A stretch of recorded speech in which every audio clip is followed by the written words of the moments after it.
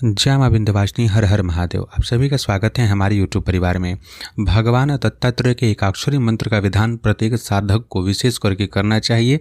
ऐसे लोग जिनको गुरु की प्राप्ति नहीं हुई है, जिनको किसी भौतिक गुरु के मुख से मंत्र की प्राप्ति नहीं हुई है, उन्हें अपने जीवन में प्रथम साधना जो है, जब वो साधना मार्ग पर चलते हैं तो सीधे भैरव जी की, काली जी की, दुर्गा जी की, महाशक्तियों की साधना करते हैं।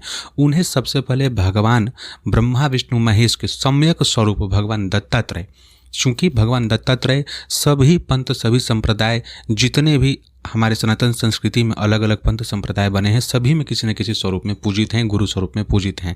इसलिए उनकी सेवा पूजा अगर हम करेंगे तो सभी गुरुओं की पूजा हो जाएगी। हम लोग जो मंत्र पढ़ते हैं, गुरु ब्रह्मा गुरु विष्णु गुरु देवो महेश्वरा गुरु साक्षात परम ब्रह्म तस्मै श्री गुरुवे नमः, तो आप देखिए भगवान दत्तात्रेय को देखने से साक्षात ये पूरा श्लोक उनको ही समर्पित हो जाता है। तो उनके लिए तो सबसे बड़ा मंत्र ये है, गुरु स्वरूप वो हैं, क्योंकि उनको उनके स्वरूप में ही तीनों को दिखते हैं। ब्रह्मा विष्णु महेश और साक्षात परम ब्रह्म, महामुनि हैं वो, तो इसलिए उनको गुरु स्वरूप में स्वीकार कर लें।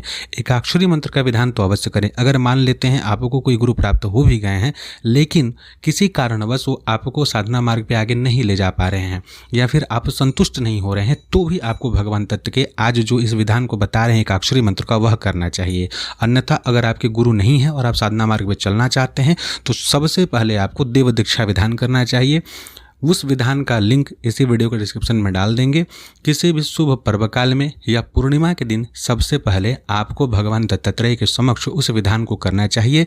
मानसिक रूप से उनके समक्ष समर्पित हो करके उनको सदगुरु, परम गुरु के रूप में स्वीकार कर लेना चाहिए। तत्पश्चात उनके इस एकाक्षरी मंत्र का विधान अपने जीवन में इस अनुष्ठान को करना चाहिए। साधना मार्ग में चलने से पहले इस मंत्र को, ये भगवान दत्तात्रेय के पूर्ण स्वरूप का बीज मंत्र है। जैसे हम लोग जानते हैं कि काली जी का बीज मंत्र है, दुर्गा जी का बीज मंत्र है, जितनी भी प्रमुख महाशक्तियां हैं उनका बीज मंत्र है, उसी प्रकार से परम गुरु स्वरूप, परम दिव्य स्वरूप भगवान दत्त जो है उनका बीज मंत्र यह है।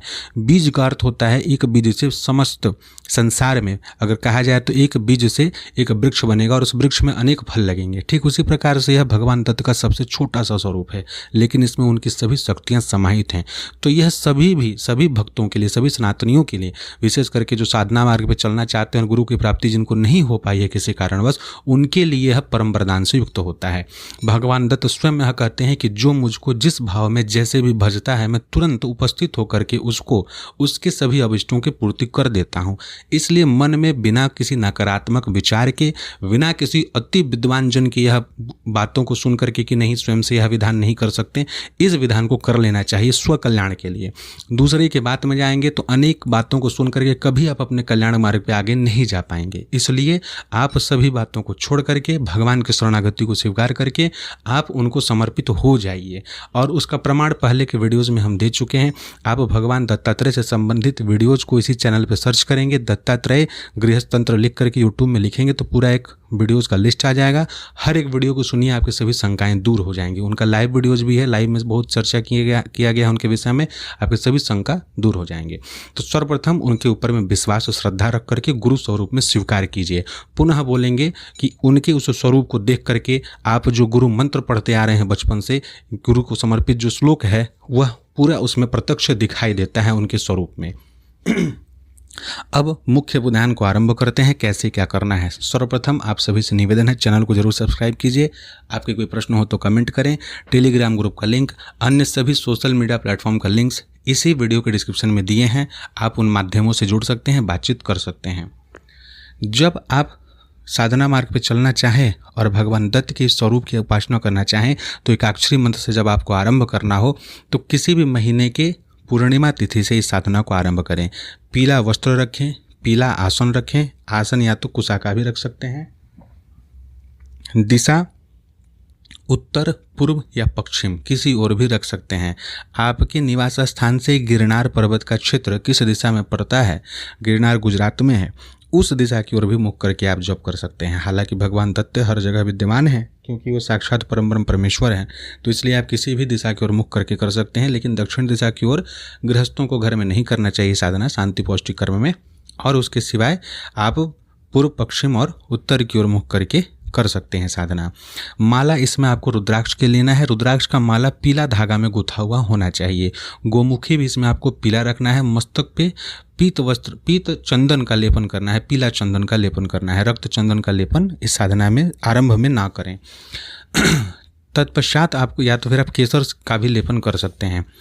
अगर आपका विवाह इत्यादि हो चुका है तो आप प्रथम दिन जब भी पूजन करेंगे तो इस बात का ध्यान रखेंगे कि अपनी धर्मपत्नी के साथ भगवान दत्त का अगर संभव हो तो पूजन अवश्य कर लें। और इसमें आपको जो साधना में वस्त्र प्रयोग करेंगे उस वस्त्र का प्रयोग दैनिक जीवन में नहीं करना है, केवल पूजन पाठ में प्रयोग करना है। साथ ही इस बात का ध्यान रखना है कि उन वस्त्रों का प्रयोग किसी अन्य के द्वारा न किया जाए। आपके आसन का प्रयोग कोई और व्यक्ति न करे। आपका माला जो है, आपका गोमुखी जो है, कोई अन्य व्यक्ति स्पर्श ना करे। केवल आप ही उन सभी चीज़ों का प्रयोग करें। दीपक इसमें घी का जलाना है तो उत्तम रहेगा, सर्वश्रेष्ठ रहेगा। 2 इसमें दीपक जलाना चाहिए प्रत्येक व्यक्ति को। एक भगवान दत्तात्रेय जी के नाम से और दूसरा उनकी जो महाशक्ति हैं भगवती अनघा लक्ष्मी, उनके नाम से 2 दीप इसमें प्रज्वलित करना चाहिए प्रत्येक व्यक्ति को। पूजन आरंभ में कर लेंगे। पूजन की जो संक्षिप्त विधि है इस वीडियो के डिस्क्रिप्शन में हम महत्वपूर्ण लिंक्स दे देंगे। भगवान दत्त से संबंधित कैसे देव दीक्षा स्वयं लेना है, क्या विधि रहेगी, उसी में हम षोडशोपचार पूजन की सामान्य विधि बताए हैं। उस विधि से आप भगवान की पूजन कर सकते हैं प्रथम दिन का। तत्पश्चात आपको जप आरंभ करना है। जप आरंभ करने के लिए जप की पूरी विधि का एक PDF जो है इसी वीडियो के डिस्क्रिप्शन में रहेगा। उस PDF को डाउनलोड करके प्रिंट आउट निकलवा लीजिएगा।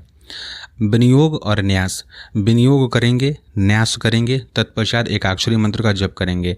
ना ही इसमें प्रणव लगाना है, ना ही नमः लगाना है। जितना बीज मंत्र है केवल उसी बीज मंत्र का जप आपको अधिकाधिक मात्रा में करना है।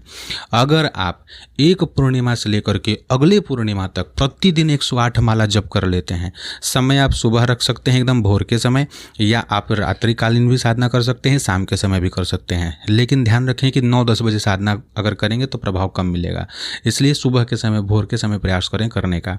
तो आप इस साधना को अगर ये भी कर सकते हैं, आप 2 समय मिला करके 108 माला कर लें। सुबह 54 माला, शाम को 54 माला, 54 2 बार भी कर सकते हैं। प्रतिदिन 108 माला जब अगर एक पूर्णिमा से अगले पूर्णिमा तक कर देते हैं तो भगवान दत्त की कृपा से आपको ना भौतिक जीवन में कुछ कमी रहेगी, ना आध्यात्मिक जीवन में। समय पे आपको योग मार्गदर्शन और उनका सहयोग अवश्य प्रत्यक्ष और अप्रत्यक्ष रूप से मिलते रहेगा। तो सर्वप्रथम आप सभी को यह साधना करना चाहिए। और इसमें किस और कौन कौन सी विधि का पालन करना है, इसमें भोग कौन सा लगाना है प्रश्न रहेगा। तो भोग में आप कुछ भी मीठा सामग्री भोग लगा सकते हैं। चुहाड़ा, किशमिश हुआ, मिश्री हुआ, इन सभी का भोग लगाना है। भोग लगा करके आप स्वयं भी खा सकते हैं, घर के लोगों को भी खिला सकते हैं। जो जल चढ़ाया जाएगा, मतलब जो भोग के साथ जल रखेंगे, वो जल आप स्वयं पिएंगे। भगवान को बेलपत्र भी चढ़ा सकते हैं, तुलसी पत्र भी चढ़ा सकते हैं, दोनों आप इनको चढ़ा सकते हैं। इसके सिवाय एक और विशेष बात का ध्यान रखना है कि जब चले, जब तक साधना काल रहे, हालांकि ये तो सदैव जीवन में पालन करना चाहिए कि प्रतिदिन जो है गाय को भोग जरूर खिलाना है। भगवान दत्त सदैव गाय के साथ चलते हैं, तो गौ माता कामधेनु उनके साथ भगवान दत्त उपस्थित होते हैं, तो उनकी सेवा हो। 4 कुत्ते भगवान दत्त के साथ रहते हैं, तो उस समय भी इस बात का भी आपको ध्यान रखना है कि कुत्तों को भी भोजन जरूर कराना है। ये इन सभी कार्यों के साथ में अगर आप यह जप करते हैं तो उनकी असीम कृपा आपको अवश्य प्राप्त होती है। जप पूर्ण होने के बाद अगर संभव हो तो अंतिम दिन, यानी कि जब पूर्णिमा से पूर्णिमा का जप आप कर लिए तो अंतिम दिन हवन भी कर लीजिए। कम से कम 11 माला का हवन होगा। इसमें केवल बीज का उच्चारण करते हुए और स्वाहा बोलेंगे। उच्चारण भी मुख से नहीं करना है, मन में करना है। ध्यान रखें इस बात का कि इस मंत्र का जप आप इसको गुरु स्वरूप में धारण कर रहे हैं इस मंत्र को, अगर तो इस मंत्र का कभी भी उच्चारण करके जप नहीं करेंगे, बोल करके जप नहीं करना है। ओठ हिला सकते हैं, धीरे धीरे बोल सकते हैं, किसी को सुनाई नहीं देना चाहिए। गुरु मंत्र है तो उसको किसी को नहीं बताना है, तो कभी भी बोलना नहीं है। जब आहुति भी डालेंगे, हवन भी करेंगे, तो मन में उच्चारण करते हुए केवल स्वाहा बोल करके आहुति, ठीक है।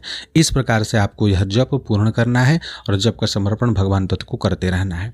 एक और प्रयोग आप इसके साथ कर लेते हैं तो अति उत्तम होता है।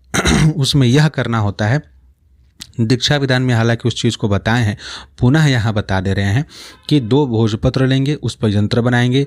यंत्र कैसा होता है वो दीक्षा विधान वाले वीडियो में आप देख सकते हैं।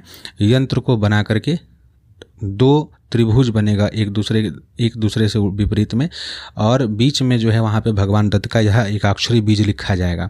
उसकी प्राण प्रतिष्ठा की विधि होगी सामान्य, जो उसमें बताएं। आपको पूर्ण विधि आता है तो आप वह भी कर सकते हैं। तत्पश्चात उसको भगवान दत्त के पास रख देंगे और प्रथम दिन का जप आप पूर्ण करेंगे। उसके बाद एक जो यंत्र होगा उसको आप किसी भी कवच में, चाहे तांबा या चांदी, उस कवच में डाल करके पीले धागे में करके उसको अपने गले में आप पहन लेंगे और आप जप करते रहेंगे। जब आपका 30 दिन पूर्ण हो जाएगा, यानी कि अगला पूर्णिमा जब आएगा तो उस दिन जब आप जप कर लेंगे, हवन कर लेंगे, समर्पण कर देंगे, तत्पश्चात जो कवच आप भगवान के पास रख के छोड़े थे पहले दिन बना करके जिस यंत्र को, उस यंत्र को पुनः एक सुंदर से कवच में डाल करके और उसको गले में धारण कर लेंगे, और जो गले में आपने पहले से पहन रखा था उस कवच को आप नदी में ले जा करके विसर्जन कर देंगे। तो इस प्रकार से आपको यह कवच और यह मंत्र, यह दोनों सिद्ध हो जाएगा। और उसके पश्चात आप दैनिक जीवन में प्रतिदिन इस मंत्र का यथाशक्ति 5 माला 11 माला नियमित रूप से जप करते रहेंगे तो आपकी आध्यात्मिक उन्नति भी होगी, और आप आगे की जो भी साधना करेंगे, भगवान गणपति की, भैरव जी की, हनुमान जी की, महाविद्याओं की, उनमें आपको अवश्य सफलता प्राप्त होगा। कोई दोष आपको फिर नहीं लगेगा। दोष लगने से भगवान दत्त आपको मार्गदर्शन करके उस दोष से छुटकारा हेतु कोई ना कोई निमित्त बना देंगे। तो इस प्रकार से भगवान महागुरु महादत्त के शरण में जा करके, उनकी शरणागति को स्वीकार करके आप अपनी साधनात्मक और आध्यात्मिक उन्नति के साथ साथ भौतिक जीवन में भी उन्नति कर सकते हैं। इस विषय से संबंधित अगर कोई प्रश्न आपके मन में रह गए हों तो आप कमेंट करके पूछ सकते हैं, या टेलीग्राम ग्रुप के माध्यम से जुड़ के वहाँ प्रश्न भी कर सकते हैं। जय मां विंध्यवासिनी, हर हर महादेव।